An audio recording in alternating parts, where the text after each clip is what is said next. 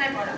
আমরা মানবাধিকারে অ্যাপ্লিকেশন করছিলাম, বহু জায়গায় করছিলাম, কিন্তু কিছুদিন পরে আর এটা কোনো অস্তিত্ব থাকে না।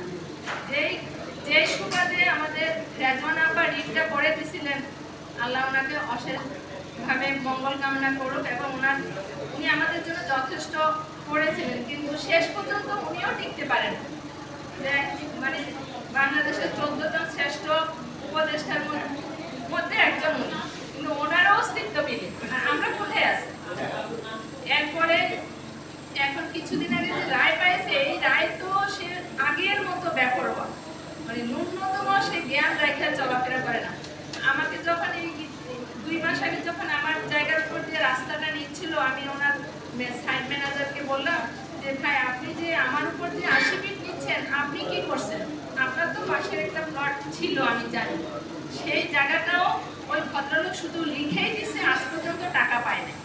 আর এইখানের অফিসের যে জায়গাটা, এখানে আমাদেরই একজন ভদ্রলোক আজকে ভয়ে আসে নাই।